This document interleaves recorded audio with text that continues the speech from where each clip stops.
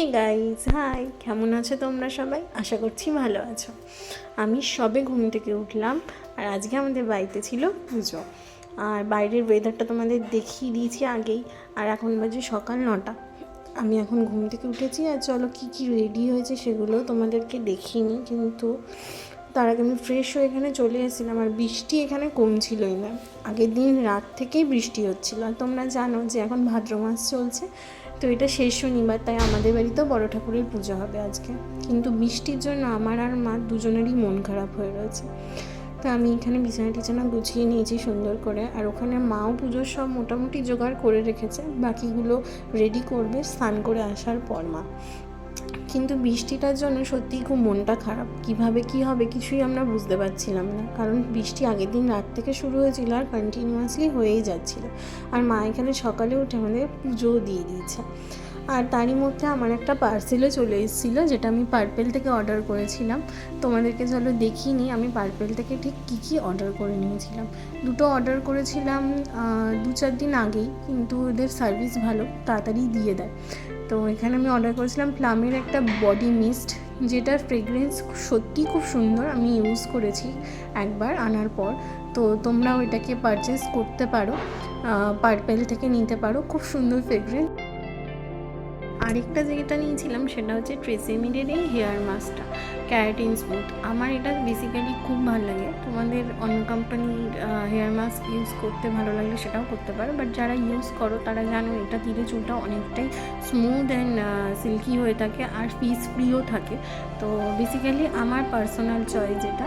তো আমি দুটো 770 মতো পড়েছিল পার্পেল থেকে। তারপর আমি এখানে স্নান করে চলে এসেছিলাম রেডি টেডি হয়ে।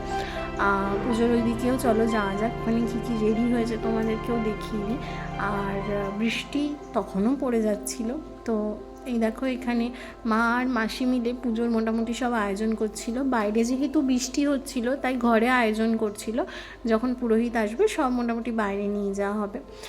এবার তোমরা অনেকেই ভাববে যে আমি কেন কিছু করছি না। তোমরা জানো আমাদের মেয়েদের বিভিন্ন রকম প্রবলেম থাকে, আমরা অনেক সময় চাইলেও করে উঠতে পারি না। তো আমারও ইচ্ছা ছিল, বাট সেটা হয়নি। তো আমি এই জন্য এখানে বসে সব ভিডিও করছিলাম আর দেখছিলাম মা মাসি কীভাবে সব আয়োজন করছিল পুজোর। আমারও ইচ্ছা করছিল, বাট পসিবল ছিল না সেটা। আর তোমরা অনেকেই জানবে যে বড় ঠাকুরের পুজো হলে নাকি নীল রঙের ঘট লাগে। আমি কিন্তু বেসিক্যালি প্রথমবার নীল রঙের ঘট দেখলাম, আমার বেশ কিউট লাগছিলো দেখে। এই দেখো মা এখানে নীল রঙের ঘট নিয়ে এসেছিলো, আর সব জোগাড়জাগরি মোটামুটি মা নিজে একা হাতেই করেছে, আর সাথে মাসিরা আর বৌদিরা একটু সাহায্য করেছে।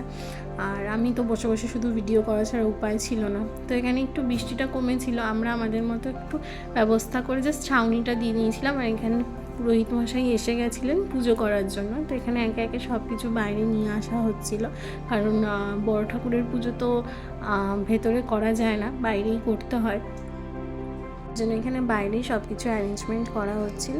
দেখো সবাই একে একে সব কিছু নিয়ে আসছিল বাইরে, আর আমি পাশে দাঁড়িয়েই ছিলাম। আর এখানে পাশের বাড়ি আমার দিদাও চলে এসেছিলো, আর উনি বসতে পারে না ঠিক মতো, কিন্তু শুধুমাত্র পুজো আর অঞ্জলি দেবে বলে উনি এসেছিলেন। তোমরা এখানে পুজোটা দর্শন করো।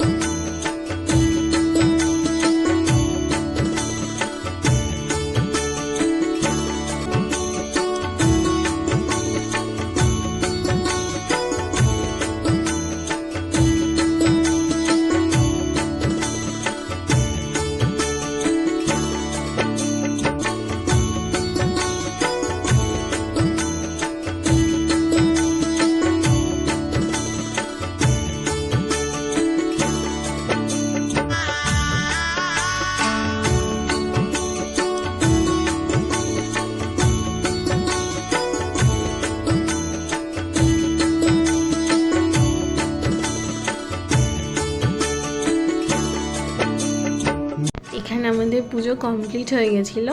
মা, মাসি, দিদি, দিদা, বৌদি সবাই মিলে এখানে ঠাকুরের প্রসাদের ব্যবস্থা করছিলো। দিদি এখানে সিন্নি মাখছিল, আর সিন্নি মাখাটা কিন্তু খুব সুন্দর হয়েছে। ঠাকুরের প্রসাদ বলে কথা না। এখানে পুজো হওয়ার সময় কিন্তু জানো একটুও বৃষ্টি হয়নি, আর যখন পুজোটা শেষ হয়ে গেল সবাই প্রসাদ নিয়ে চলে যাওয়ার পর আবার বৃষ্টি চালু হয়ে গেছিলো।